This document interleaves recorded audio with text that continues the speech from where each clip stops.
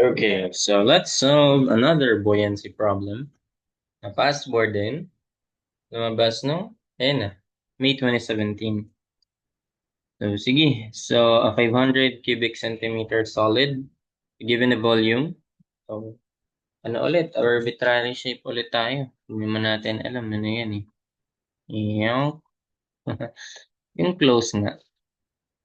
Ano ba yan? O, ganyan. A 500 cubic centimeter. Okay, that's the volume. 500 cc.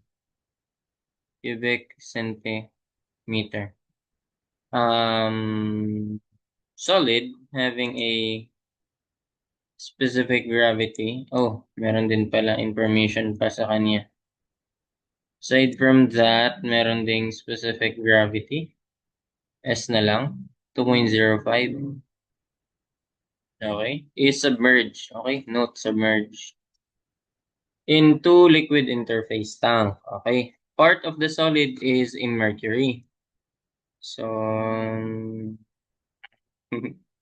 gawa tayo na ano. Horizontal na lang. Tagas ko na lang Specific gravity na is 13.6 as always. Constant, so tandaan na lang din. And other part is in oil. So, ang tanong, alin dyan yung nasa ilalim? Di sinabi, no? So, alin yung denser? Alin yung mas mataas yung specific gravity? Yun yung nasa ilalim. So, pero di natin alam paano yung ratio nila.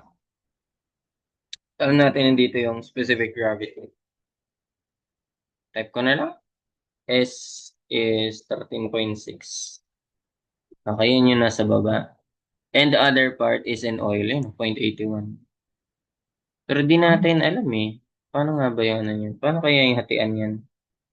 So, ito, ganyan siguro. Basta ang sabi, dalawang liquid lang. So, dito pa ganyan. Tapos, the rest yung pababa, ano na, um,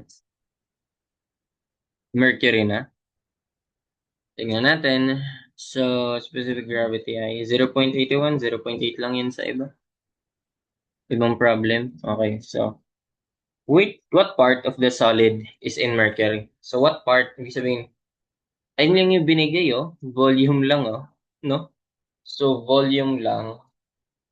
So, kahit hindi na ibigay pala tong ano, kahit di mo ibigay yung value nito, pwede natin ma-derive yan. Sige, let's do the Rabadabango. Let's do the solution na. So, by summation of, ay di ko pa pala naglagay ng ano, no? Meron tong weight, syempre. Tapos, gawin ko na lang na blue yung mga buoyant force. Mga buoyant force, eto na yung sinasabi ko, na merong buoyant force due to oil, and meron namang buoyant force din due to, ayan, another liquid. So, pag may, ano na yan, stratified na yan, ayan, may iba't ibang layers na, magkakaroon na yan ng sari-sariling, ayan, buoyancy. Blue na lang din.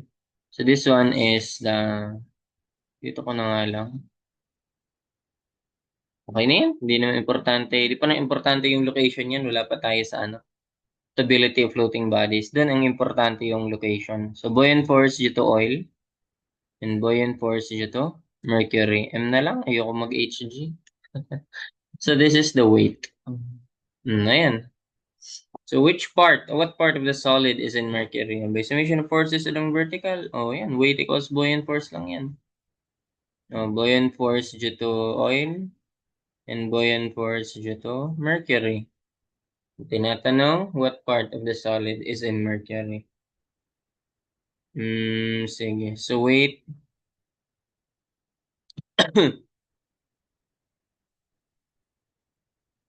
Ayan. Buoyant force. Alam na yan. Unit weight lang yan ng object. Diba? Or erekta na natin.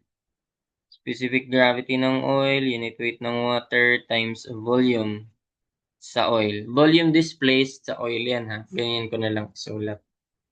Tapos, add natin sa specific gravity nung sa mercury, unit weight ng water times the volume na displaced sa mercury. Ganun. So, ang hinahanap, what part of the solid is in mercury? So, ay, nakalimutan ko pala to. Yung weight, pwede na natin yung palitan as unit weight ng object. Ayun, binigay din specific gravity ng object times unit weight ng water. O, pares pala sila may unit weight ng water, di ba?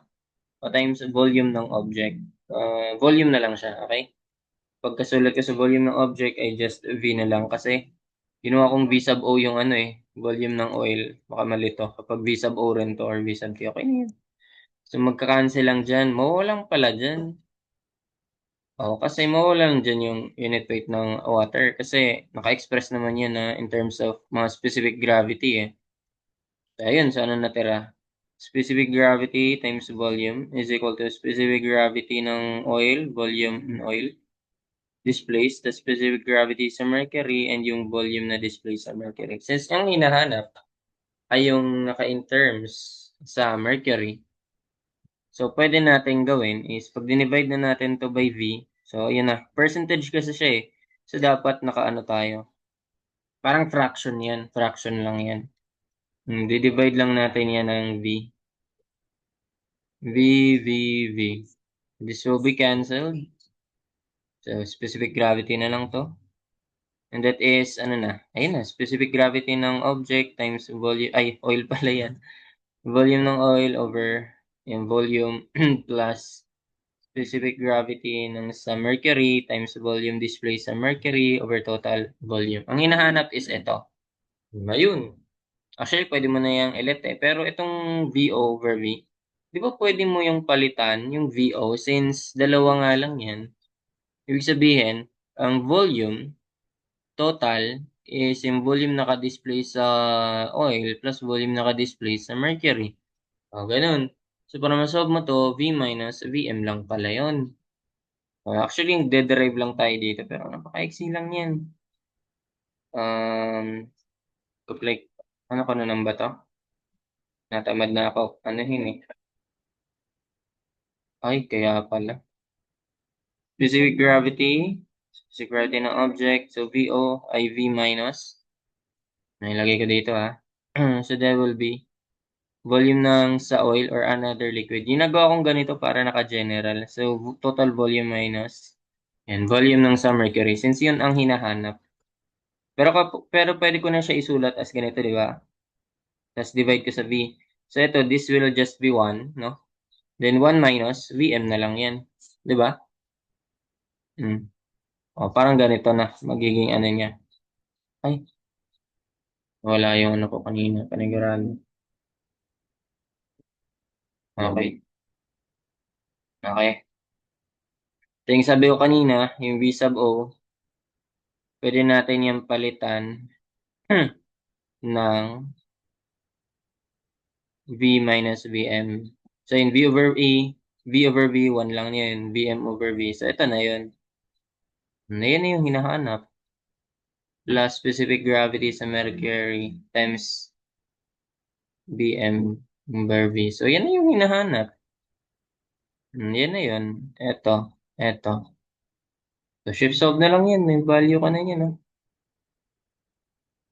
O, syempre, divide mo na lang yan by, para maging naka-percent. So, sige, direct sub. Specific gravity, 2.05 ng object equals specific gravity ng sa oil, 0.81 times 1 minus x na lang yan.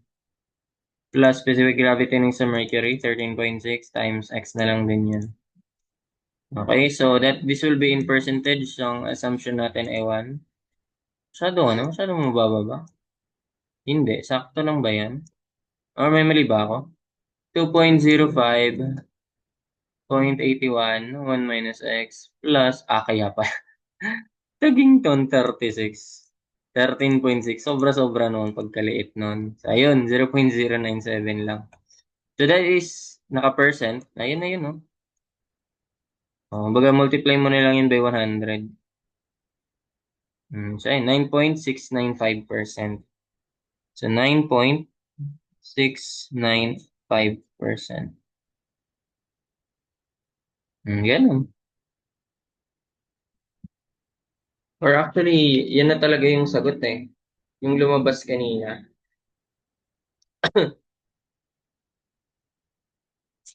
Okay. O, ganun lang. Kahit yan, okay na yan, chip solve na yan. What part of the solid, which part of the solid is in oil? Napakadali. Di yan na lang din, ratio lang din yan. Di ratio, ano mo na lang yan. Ang VO naman yan over, VO over V. That is just equal to, di ba? Paano yun? Di 100 kasi yung buong yan ay 100%. Bawas mo na lang dun sa VM over V. Kasi di ba, parang ganito lang naman yun eh. So, ang VO over VO plus VM, di ba, total volume yun. Yan. Equals 100% yan kapag nakaganyan. So, ganun lang. Bawas mo na lang yan. So, that is just, or ano na lang, naka 9.69 ako na, di 100 minus answer na lang. O 90. Laki pala, no? 90.3%. Ibig sabihin, di siya masyadong submerge sa mercury. Ganun lang yan. 90, makes sense kasi dalawa lang, 2 lang yung specific gravity niya. 90.305%. Okay na ba yan? Okay na yan. 90.305 which makes sense. Kung ilalagay, lambugas na. Kung lalagay natin yan dito, ang tamang pwesto niyan ay dito lang yan banda. Mga ilan lang? 9% lang ang submerged sa mercury. Tapos ito na yung sa oil. Ganun. Which makes sense naman kasi 2 lang yung specific gravity niya. So di talaga siya push through sa 13.6 na specific gravity which is yung mercury nga. Sa oil, lagpas talaga siya. Pero pinipigilan siya nung sa mercury.